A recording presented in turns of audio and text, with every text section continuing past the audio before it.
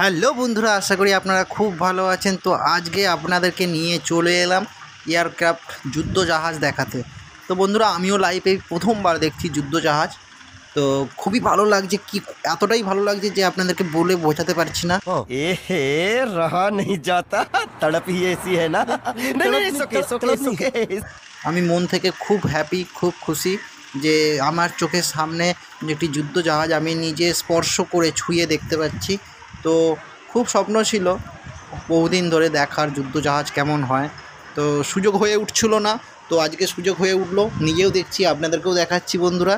তো দেখতেই পাচ্ছেন এত ভালো লাগছে। তো এটা হচ্ছে ইন্ডিয়ান এয়ারক্রাফট মানে যুদ্ধ জাহাজ। তো দেখতেই পাচ্ছেন এই যে সিঁড়িও করেছে, যদি উপরের দিকে কেউ উঠে এই জিনিসটাকে স্পর্শ করতে পারে বা ছুঁয়ে দেখতে চায় বা ভেতরে ঢুকতে চায়, কিন্তু দরজাটা একটুখানি বন্ধ ছিল। তার জন্য আমি একটু মানে ভয়ে ঢুকিনি, যদি কেউ কিছু বলে। অ্যাকচুয়ালি কিন্তু সিঁড়িটা রাখা আছে ভেতরে ছবি ফবি পিকচার তোলার জন্যই। তো আমি ভেবেছিলাম যে একবার হয়তো ওই জায়গাটায় উঠে ঢুকবো, কিন্তু মনের মধ্যে 100% সাহস পাচ্ছিলাম না। তো আরেকটা ইন্টারেস্টের জিনিস আছে, দেখুন বন্ধু, দোতলা বাস, কলকাতার দোতলা বাস। তো এই দোতলা বাসটি এখানে আছে, এটাও দেখার একটা স্বপ্ন ছিল।